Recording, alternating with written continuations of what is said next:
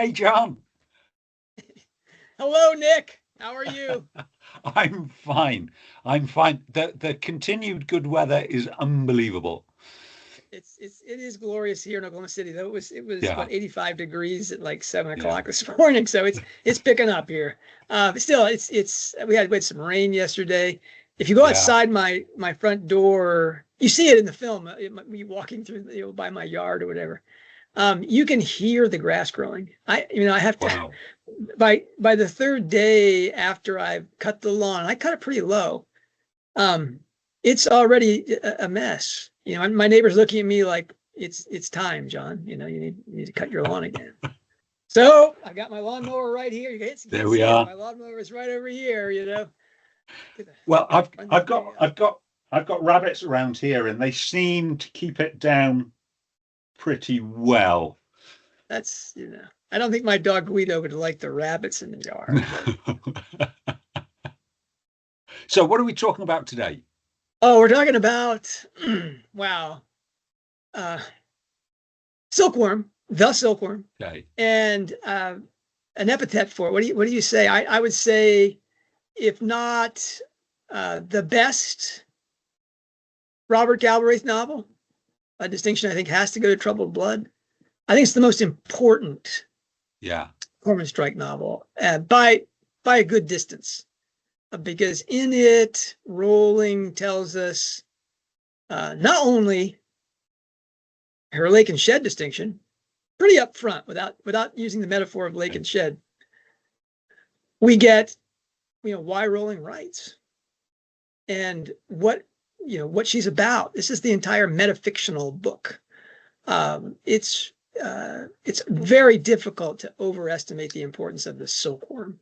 Maybe it should be read first, even though that throws off the entire structural understanding of the series, because it's the novel, the alpha point of this entire series. Maybe of really Rowling's apologetic for everything that she does as a writer.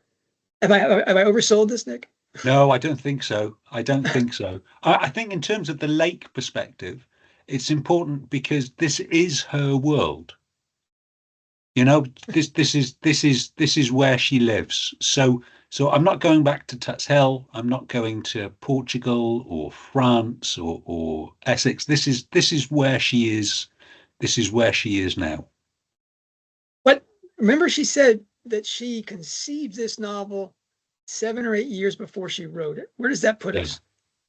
So this was published in 2014, in the summer of 2014. So she would have been well into writing it in the summer of 2013. And there's some caveats for that because there's a lot going on in this period. So between the publication uh, of Cuckoo's Calling, the outing of Robert Galbraith, and the publication of The Silkworm, the Cursed Child was announced. The deal has been struck for Fantastic Beasts. And it's not that long after publication of The Silkworm that it's announced that that series of films were going to be a trilogy, and J.K. Rowling was going to be writing the script. So there's a lot going on. But I would say the very latest that she was seriously, she'd already planned she'd be into writing it, would be the summer of 2013. I think you got your numbers mixed up, because she publishes it in 2014, and Yeah. she said she had the idea 7 or 8 years before she wrote it. So she was Yes. writing it at the latest she could be writing it is 2013, which is a Yes. madhouse time in her life. So it would be 8 years before that. So now we're talking about Half-Blood Prince. Yeah. We're talking about 2005 territory. Yeah. She has this germ of a novel about novels, Yes. and really what she's about. That as finally the Hogwarts saga is coming to a close, and she's had 2 children with her new husband. She has a family. They're having their issues, but they seem to be resolving them. And I think she has an epiphany about really what her story is about. And she has this idea of a detective series that is not going to be a police procedural because she wants to focus on this relationship.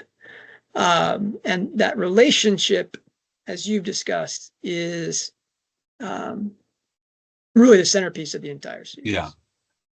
And I think when I say she's writing about her world, really we're talking about her world 2003 and before.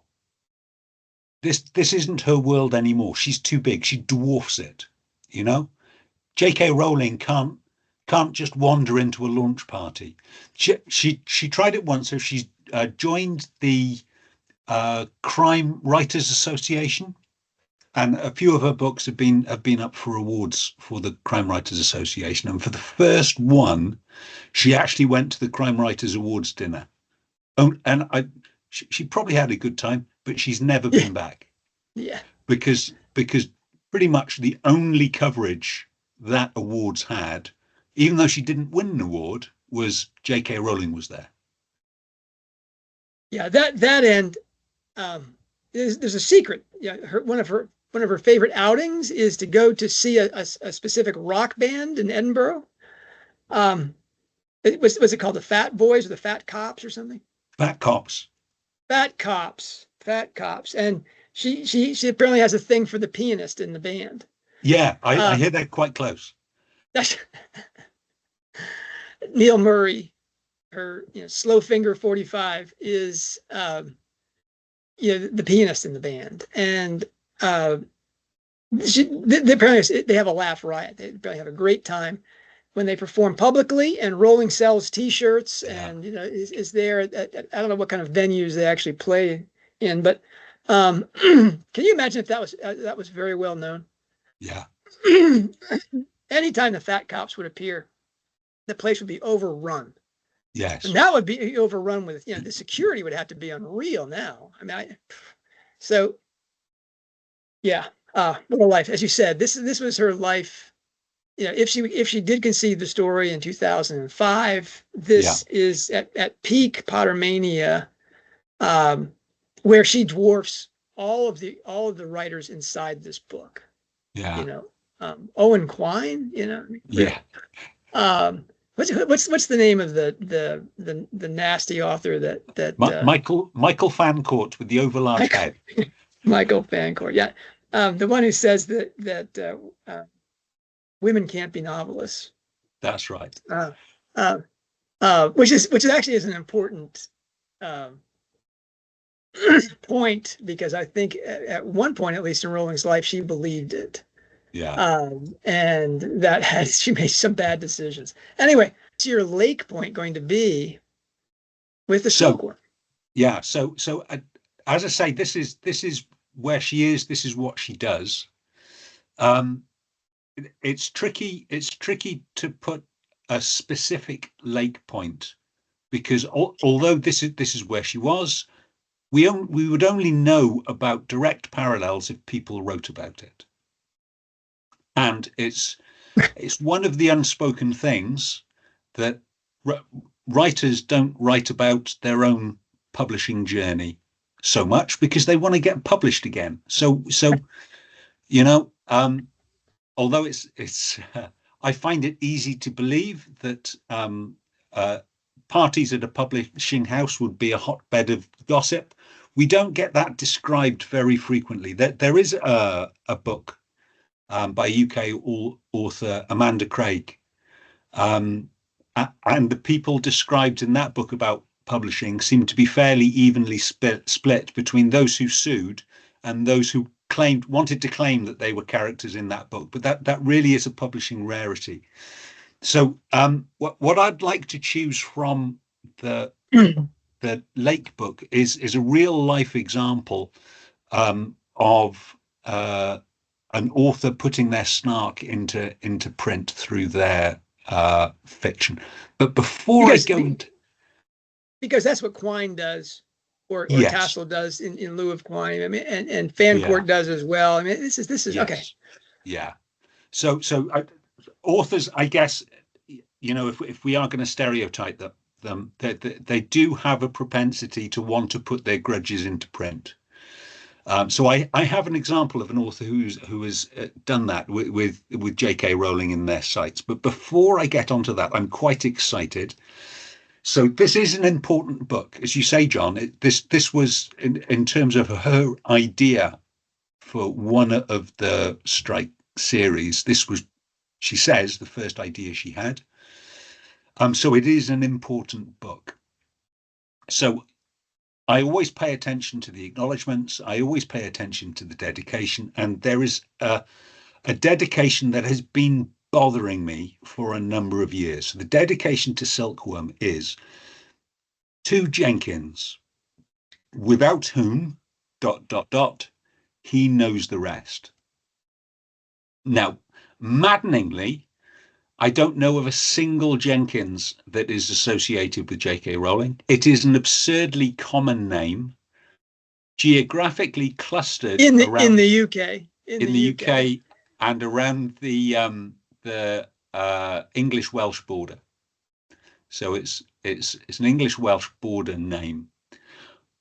But I think I may have had a clue. This is not definitive, but I think I've got a clue. So, as you know, John, recently I've been reading, after a brief interruption, Little Women. I read the first chapter of Little Women, recalled that you'd mentioned that it follows parallels from Pilgrim's Progress. Of course, they basically lay out in the first chapter, we're going to be paralleling Pilgrim's Progress. So I went back and read that first.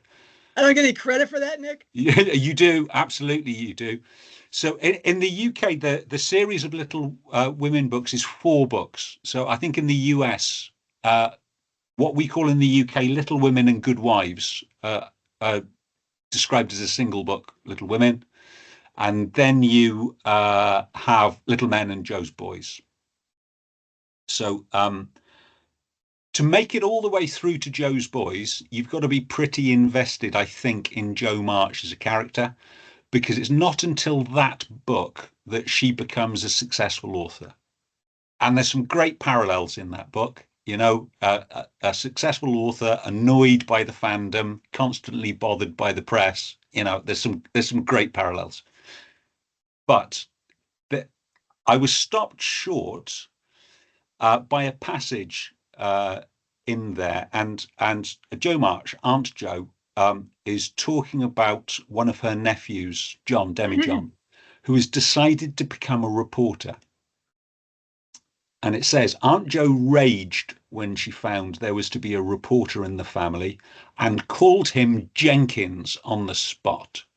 Uh-oh.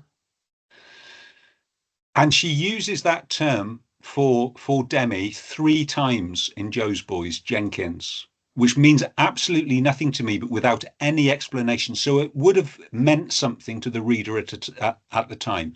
And I feel certain that whenever Jo March, Jo Rowling, read that, she would have felt the same. You can't let it go and move away until you find out what she meant by Jenkins. So I did. So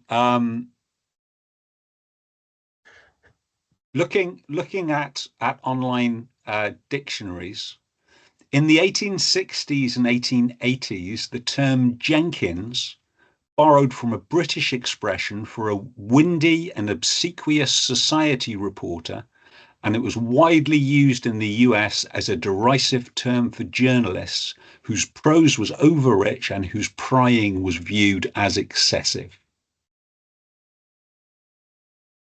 So Rowling has a friend who's a Jenkins? Well, now recently Rowling has tweeted that she can't understand why anyone needs to use all their fingers to count their friends. We've had this conversation. We've had this conversation. So narrowing down her circle of acquaintances to a very tight fold, I think there is a journalist who Rowling would count as a friend. Wow. And he's a chap called Ewan McCall. He has been on holiday with J.K. Rowling on her yacht. He trained as a tabloid journalist in Glasgow. And now he works, he writes for The Scotsman, the Scottish Daily Mail, and the Mail on Sunday. And Huh. I think Ewan helped Rowling because, as you say, she hasn't got any close friends or many acquaintances who are tabloid journalists. I And mean, when she told on the open book door, she was asked, "What advice do you have for your young readers?" And she said, "Don't trust the government or the media." Do you have any doubt who she was thinking about when she said the media? oh yeah, I mean, and to find out that she has a friend in the crowd, that is hilarious. yeah.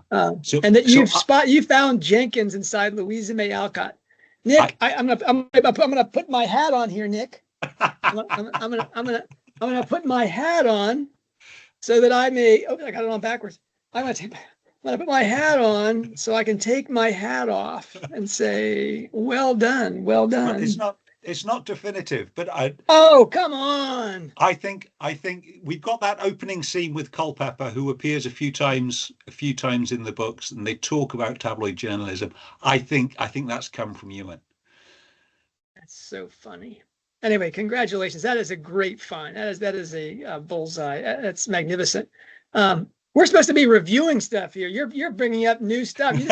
You better write this up as a separate post so people can refer to it. You know, they're gonna tag this conversation and say, "Go to 7 minutes and 40 seconds to hear Nick talk about it." What a find! This is great. I'm gonna continue to expand your reading list and just see what you get out of this. Jenkins, wow, that's magnificent. All right, wow. How do you top that?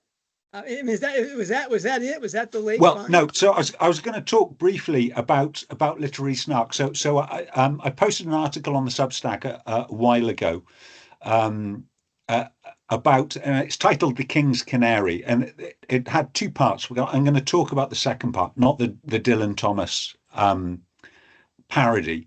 This is a satire by a lady named Joanne Harris, influential figure in the UK literary circles.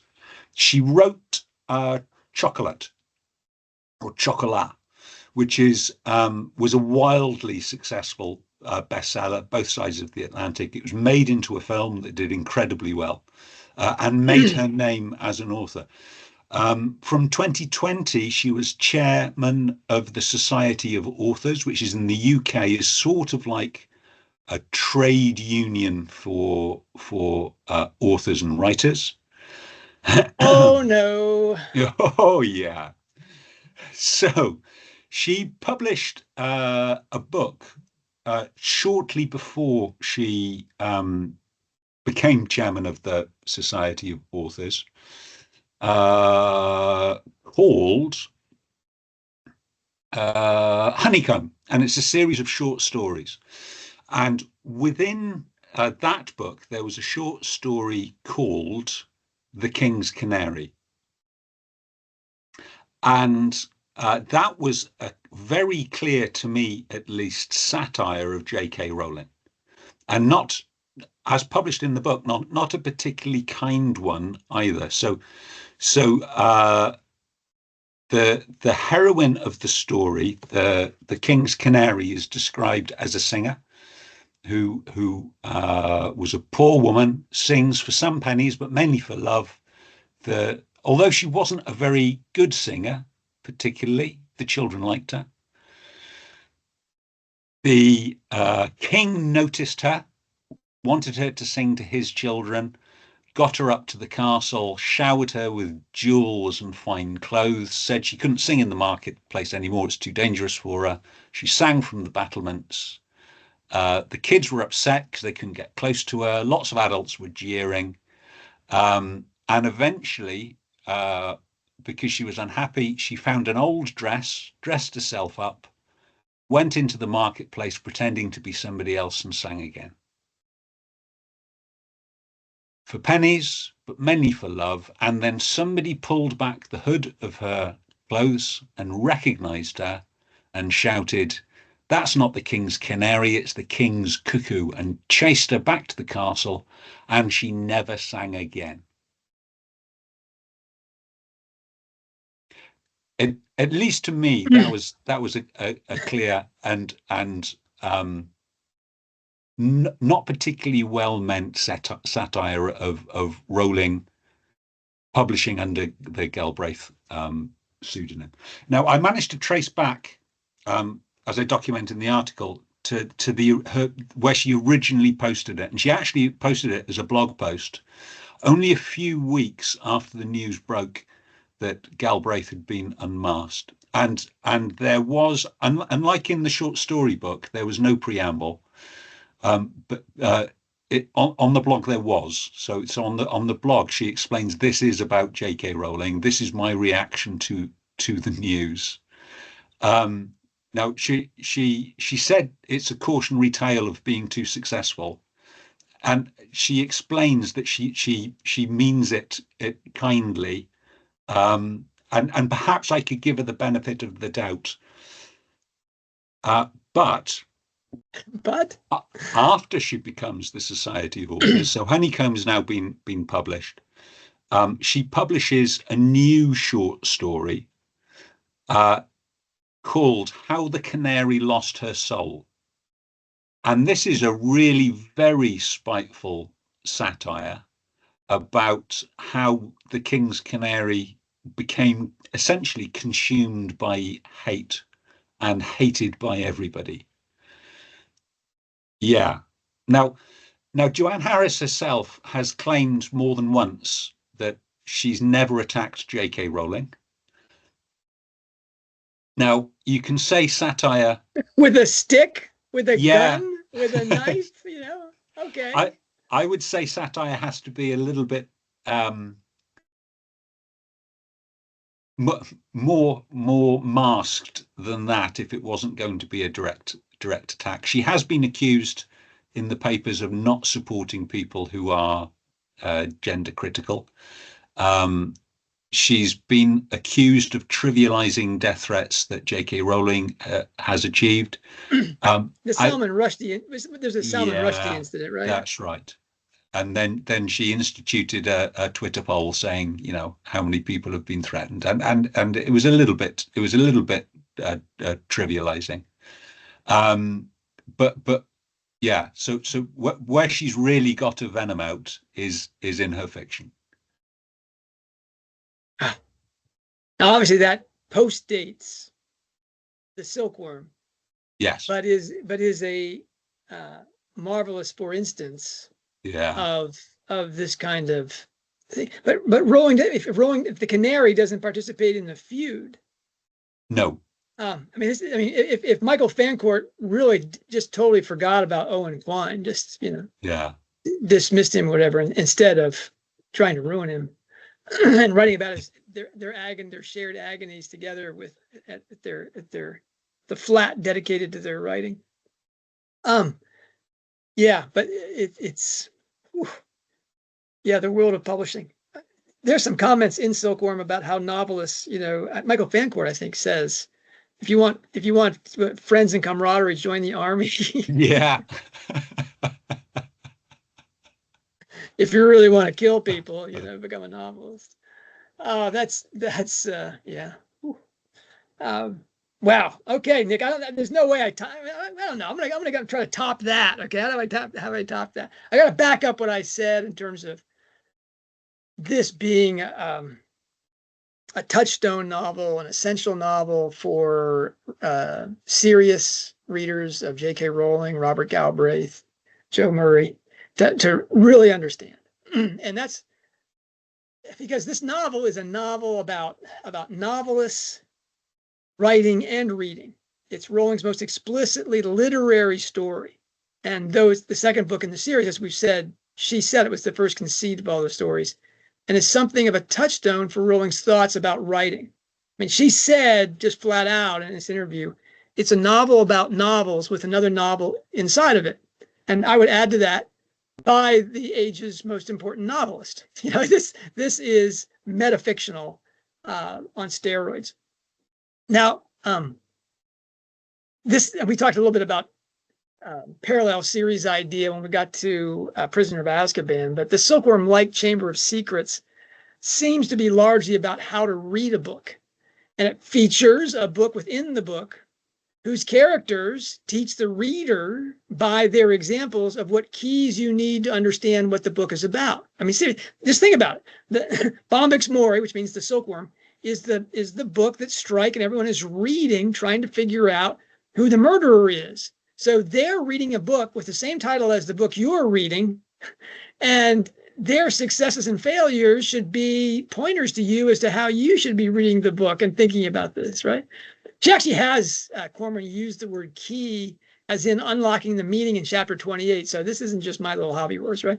I mean, a quick explanation of the Silkworm's major plot points in case you haven't read this book in the last 2 or 3 weeks. I mean, it's funny, we're reviewing all these books and it's as if, I mean, people that are reading the books, I guess, can come and they can Google this stuff and find us and have some fun doing that stuff. But people that are just coming to this series and actually watching this thing, there are several of you out there. Hello, you know, I should say there are hundreds of you out there. Hi, all of you that haven't read that book recently. So let me go through this, right?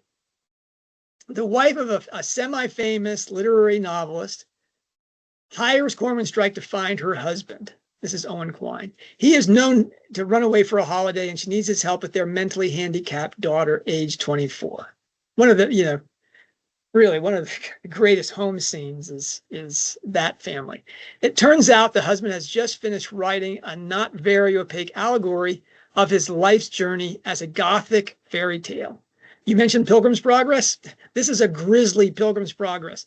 It's called Bombyx Mori, which we're told is the Latin name for a silkworm. Robin explains a silkworm. That's Strike. Yeah, you know what? I always thought they were like spiders spinning their webs. But you know how they get silk from the worms? Can't say I do. But put that in a Cornish London accent. They boil them, said Robin. Boil them alive so they don't damage their cocoons by bursting out of them. It's the cocoons that are made of silk. Not very nice, really, is it? Lead character in the author's autobiographical allegory is named Bombyx Mori. You know, it's a hero's journey story transparency told in pornographic and shocking imagery of his relationship with his wife, his publisher, his agent, his editor, and various lovers, and at least one dependent. Bombyx Mori does not end well. The 7 allegorical figures, all of whom are either parasites or afraid of his artistic genius, wind up cooking and eating him for dinner at a table, you guessed it, set for 7, right? 7. Cormoran and Robin's task is to figure out which of the 7 people depicted had the means and opportunity to kill the author of this libelous history, in which all their crimes and nastiness are spelled out in not very opaque story shapes, by figuring out the key to the work, and hence that use in the story. Now, I read this the first time, Nick, and this is one of those things that you can boast about with your friends, but you shouldn't boast about in public because everybody will roll their eyeballs. But when I was reading the book and I got to the halfway point, I think it was like chapter 28, I figured out who killed, you know, the silkworm. Okay, I knew that it was Liz Tassel. You know, it was. I thought it was either the literary agent or her 2 assistants. You know, and I got some of that right or wrong, but the reason that I knew that, I'll talk about that. The key that Cormoran talks about, repetition and images in Bombyx Mori of scenes and events in previous books, suggested that the author didn't even write the book, but that the agent had as his grand exit, complete with literary inspired murder. I didn't get all of the motivations right, but wow, I drilled Liz Tassel at the halfway point. Now, anybody reading that post now says, how do we know he didn't just go to the finish? And you know, you don't. So this is something you should just share between friends. And I'm sharing it with you. Okay. This is like the Hermione John Granger, you know. He's like, there's no way to talk about that without looking like a real Gilderoy. But anyway,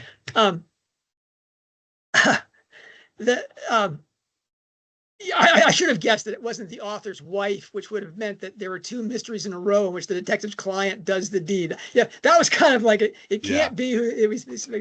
Um, uh, what is the story really about, though? I mean, we've got I just gave you the, guys, it's just spoiled the finish for all you people who haven't read the Silkworm. And I've given you the Amazon synopsis in a way. As a book within a book, it's important not to neglect the obvious. The Silkworm is the title of both the unpublished manuscript and the Cormoran Strike mystery that we're reading. The characters are reading a book at the same time that we are.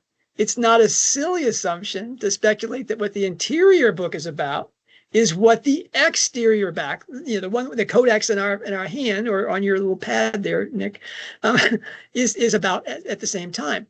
All the novelists in the book write about themselves, either their wish fulfillment fantasies or their real world nightmares written out as barely closeted fictions. As Robin's explanation of the Silkworm suggests, this is the agony of the novelist. The art or product of the Silkworm, she tells us, is not like the web of a spider, which is made from the insect's substance, but is sufficiently separate that the destruction of the art is not the end of its creator. Right? The silkworm dies in its cocoon, its excretion of its substance in which the worm is hidden so the world can enjoy its beautiful art. Rowling, Galbraith, is telling us that the novels are best understood in light of the author's autobiography, in other words. This is her first big lake pitch, that just as the silkworm dies in order for there to be silk, so an author's life essence is distilled into his or her fiction. Hence the neurotic quality of literary lives. The author and man seemingly murdered in the novel, in other words, as likely as not, whether he wrote the book in question or not, he didn't, wanted to die the way he does in the Silkworm manuscript, because that is the way he believes that writers live. The book, the original book that they found in Tassel's freezer was called Bombyx Mori. So there are at least 4 stories going on inside the Silkworm, and this was obvious from the very start. The one I'm most interested in, I think everybody else is the Cormoran B. Strike, Robin, Venetia, Alcott romance, and how each is struggling to get over the first loves of their lives. In the second book, Strike is still really in Charlotte Campbell Ross agonies, and Robin is really coming to understand that Matt Cunliffe is a jerk. We only get this along the way of solving the mystery, but it's the real main event and the alchemical point of the work. Their transformation is in process here. The mystery itself is the next book, Who Killed or Assisted in the Literary Suicide of Owen Quine, is a wonderful page turner and well worth the cost of admission. I mean, it's really a fascinating book, and why wouldn't it be? Rowling knows this world of publishers and publishing, so it's written on an intimate and fun basis. There's and this is the send up part of it, the satire part of it. And there's this send up of the London literary scene, the incestuous, demeaning, uncharitable, and backbiting world of agents, publishers, authors, and hangers on. It is not a pretty picture. It's funny, but it's not a pretty picture that we're given in the story, in the course of the story. And no doubt, it's getting even and settling scores is the point of the story within the story. So Rowling, I'm sure, is scoring points on people known and unknown along the way. Maybe that will be in the critical biography. The people will say, I was in the Silkworm. But her asides about the illegality of tapping phones and Cormoran's speculation about his dead author's plan to publicize his new book with scandal sounds quite a bit like what folks were saying about the whole hidden identity ploy that Rowling used with the Galbraith pseudonym. And this passage really highlighted that for me. When you stop and think about it, said Strike, it's not a bad business plan for an egotistical, thin-skinned man who's hardly selling any books. Kick off as much trouble as you can, get the book gossiped about all over London, threats of legal action, loads of people upset, veiled revelations about a famous author, and then disappear where the writs can't find you, and before anyone can stop you, put it out as an ebook. Now, I don't know about you, Nick, but when I read that passage, I just fell out my chair laughing, right? You know, I like to think that Rowling is a woman of self-reflection. She's demonstrated that, I think, pretty conclusively. And I like to think, too, it's not unlikely that she's capable of describing herself in good humor here, as her critics have done with some bitterness, as both devilishly mercantile, creating the whole revelation of the Galbraith pseudonym kerfuffle to boost sales of Calling before the book went to paperback, and more to the point, as egotistical and thin-skinned. Cormoran describes another nouveau-rich maven as being the sort of having that little pocket of insecurity just beneath the smooth surface that made them overcompensate and sometimes overreach. That sounds like an epiphany she might have had looking in the mirror, right? A silkworm's cocoon, beautiful, and the painted author concealed within it. And that is the fourth book that I think Rowling is writing for the serious reader. The story of what it's like to be a famous writer who is dying in her craft every day in a world that is insensitive to the self-investment and sacrifices behind the accomplishment. Now, if we're right that Rowling was plotting these books from 2005, really, until 2012, 2013, she's really laid this thing out. This has been at least as big a deal in her life as Harry Potter. It hasn't had the sales and the global fame and stuff like that. But she's as invested as in this series as she has been in Harry Potter, and maybe will be her greater legacy. It's certainly already longer than the Harry Potter series. The painful pictures of women that Rowling was, is, and might have been, especially the red-headed writer Kathryn Kent, who is aged well beyond her years, are wonderful studies in self-awareness, I suspect, and to be admired for that, in addition to their story content. Okay, and that's really I want to jump right into that point as my closing. I've talked a lot about these. Sorry, Nick, I've been doing your job. Yeah. I've been doing a lot of Lake stuff there, but because I think she is saying, hey, the Silkworm, you got to get the lake element of that. I don't know if there's any silkworms out there in your Welsh lake, but I mean this is maybe I should be looking for them in my shed here. That would be a grace, wouldn't it? Daddy longlegs and sprickets and silkworms. Anyway, in chapter 10 of the Silkworm, they're talking to me, Nick. Robin and Cormoran are in his office reading the weblog of the red-headed writer wannabe named Kathryn Kent. Kent is supposedly the mistress of Owen Quine, the famous author whose wife has hired private detective Strike to find.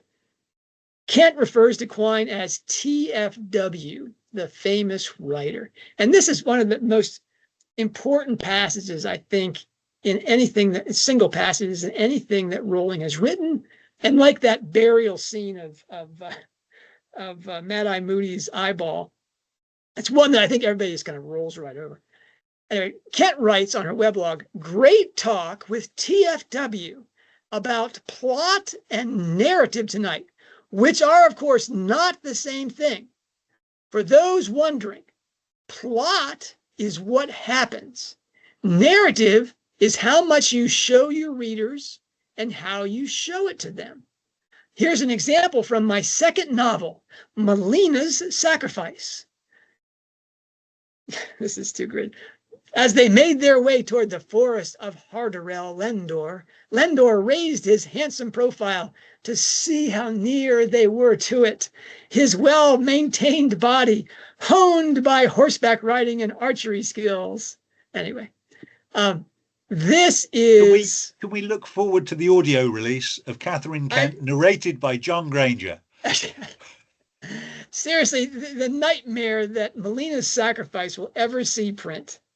I'm a little disappointed that someone in Strike fandom has not put out at least a short story that incorporates Lendor with his handsome profile. If I wasn't too scared to look, I'm fairly certain there's got to be something out there.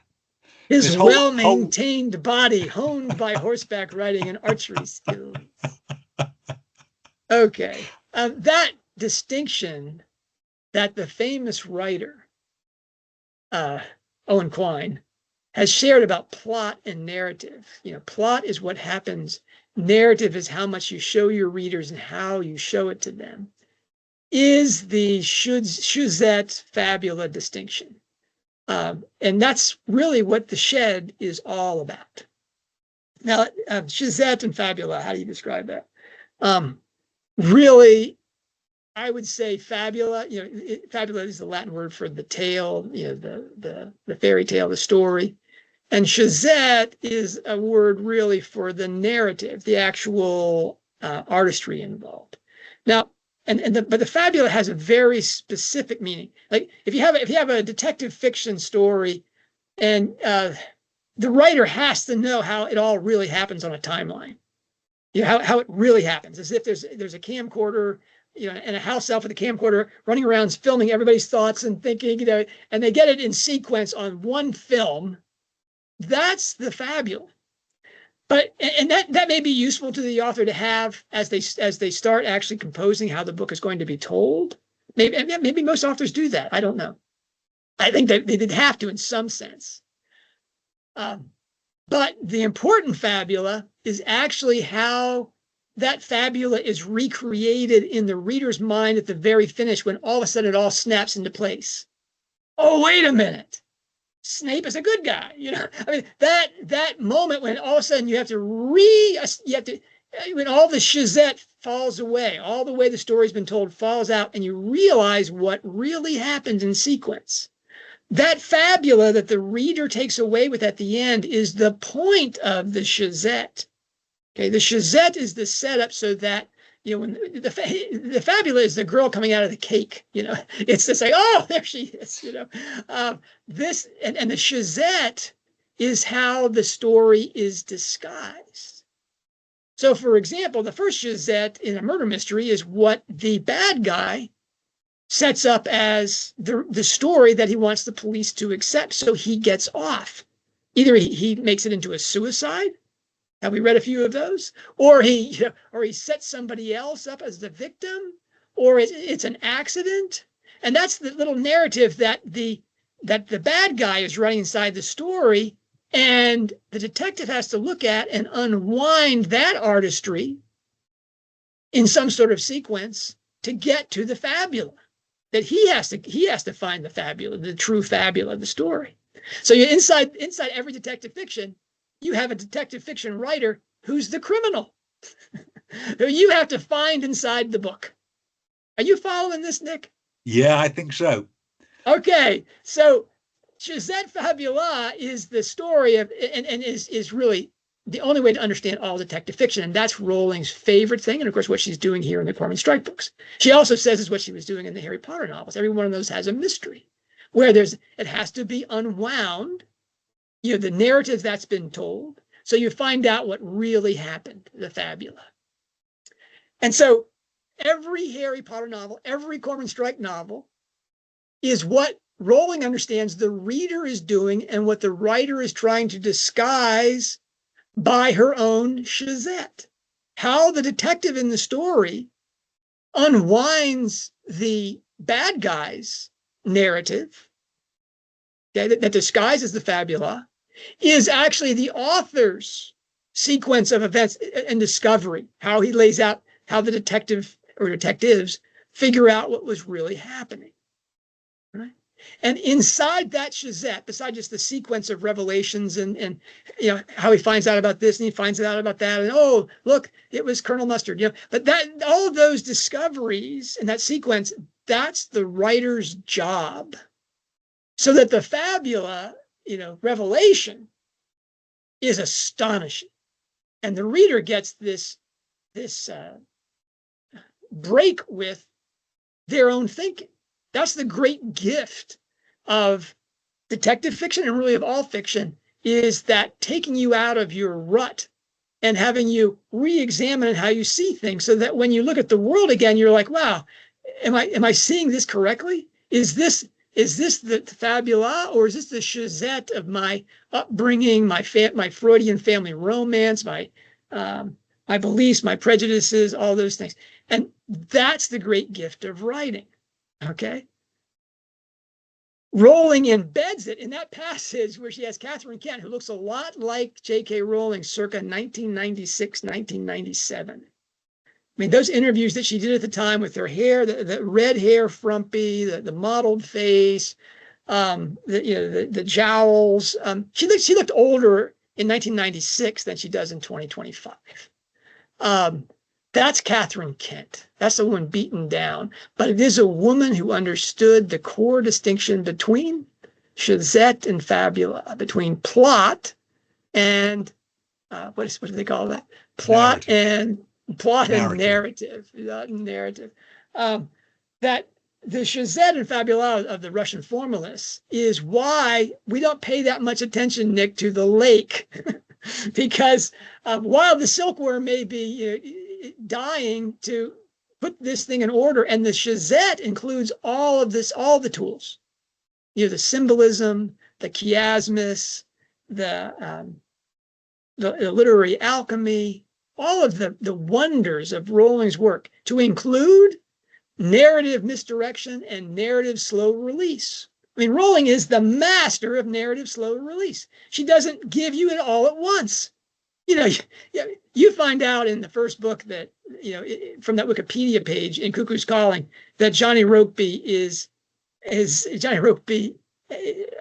got caught in a pregnancy trap by Rita Strike, super groupie, and Cormoran Strike is his child. And every book you get a little bit more about that relationship in that story. And we know that's got to be the finish, right? That's going to have to be what's in part 10. But that narrative slow release is the overarching story, the syuzhet, that is going to have the wondrous fabula of the ending, much as Harry Potter's defeat of the Dark Lord in the Great Hall was to the Harry Potter series. We learn about the Dark Lord in book 1, it wasn't a house on the rock. Hagrid is talking about this. And we don't really understand it in its entirety until the Dark Lord uses the killing curse to try to kill Harry at the finish.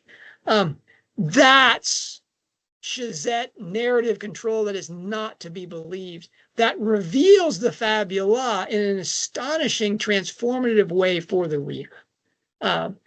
That's why the shed is what I've been working for 25 years, and why I've been saying, ignore the lady in the lake, ignore the lady in the lake. Rowling, is not ignorant of literary history and the way things go. And she knows that there are things in her life that inform her work that are important to understand, if only to see how she digests those events and presents them inside her work. And there are mysteries, of course, in her life we don't know. We don't know what inspired the Harry Potter novels, and that's going to be, the gem or the big news, I'm sure, of the critical biography, when we find out what inspired the Harry Potter novels, what crisis it was, because none of the ones we know about fit that. Yeah. And so Silkworm, because it has Rowling presenting herself in the book. I think Kathryn Kent is like Trelawney, is Rowling's not very flattering embedded picture of herself at a time in her life. Though I don't think she could ever have written, Melina's Sacrifice. And but the fact that she has an author talking about that, and that this is the famous writer told her about this. This is her understanding of her craft and presenting it to her readers in the context of the lake and the shed. And the shed is the important thing. And nowhere, not in a single one of her books, again, a novel about novels with a novel in it, written by the defining novelist of the age, she tells us what novels are really about. And how, as a reader, you have to understand them. What a powerhouse. What a powerhouse book. Astonishing. Thank you, John. I really enjoyed that. Okay, I hope that our listeners will go out and reread the Silkworm with fresh appreciation, because I talked about the 4 books inside the book, but it's forget the London literary scene and this and that. Just get to Rowling's, how she disguises Liz Tassel as the murderess through that book is, it's more like a spider's web. It is like this natural artistry. It's not a silkworm, but it's a beautiful piece of work. Really is. It's it's always been one of my favorites of the series, but I think next up is one that I've struggled to really enjoy, Career of Evil. Boy, you love it or you hate it, right, Nick? Yeah, I think there's nobody on the fence about Career of Evil. No, I think the more I've reread it, I think the easier I've come to it, because I find the reading easier. Honestly, the first time through, if I knew I was coming up to a Donny chapter, I'd put the book down and I'd do something else. Yeah. Yeah, those were the chapters that didn't have epigraphs, right? Yeah. So yeah. So you knew. Like, oh, here we are again, baby. Yeah, you knew they were coming. So what do you think you're gonna grab from the shed for Career of Evil? I'm gonna have to talk about. I mean, here I talked about the shed. I didn't really talk about one theme or this and that. This was the shed. You chose the whole shed. That's fine. That's good. But for Career of Evil, I want to talk about a golden thread. And that golden thread is violence against women. Because that's what defines Career of Evil, certainly on the first read, is. Yeah. I mean, Rowling said that she tried very hard to keep away from, she just wanted to touch up to the edge of violence porn. What do you think, Nick? Did she cross over the line? I don't know. I was reading most of it through my fingers. That's right. I mean, so I want to talk about that. The shed artistry there. I want to talk about just the violence against women. Just I'll do a catalog of it to say, and I'll give some context of it. I mean, we're going to do a post. We're going to do a Lake and Shed thing just on golden threads, and violence against women will have to be one of them. Yeah. But I can give a short introduction to that. What's the lake element on violence? Has Rowling ever experienced some violence? I'm gonna go with a core belief, and the core belief is, like you, John. It's violence against women and girls. And spoiler, J.K. Rowling is against this very much. She's isn't that like being against polio? Yeah. I remember when Barbara Bush or someone came out against illiteracy. Yeah. I just being bold and embracing controversy. Yeah, there. you don't, but you don't want to alienate the illiterate voters, do you? I mean, seriously, you have a problem. Yeah, so I mean, it's common knowledge. We know that Rowling has been subjected to violence. So we're going to cover that. We're going to cover some of her activism that demonstrates, her core belief. And her core belief is that society needs to protect women and girls because they are subject to particularly male violence. Yeah, I mean, we're giggling about this. It's not a funny topic, but it's become the defining legacy of her power period, and God bless her for that. All right, so you continue to say we're going to do this. No, Nick, I'm not going to do that. That's totally on you. I'm gonna put my hat on here and head out of my silkworm cave, and I'll see you to talk about Career of Evil tomorrow. See you tomorrow, John. Take care. Take care.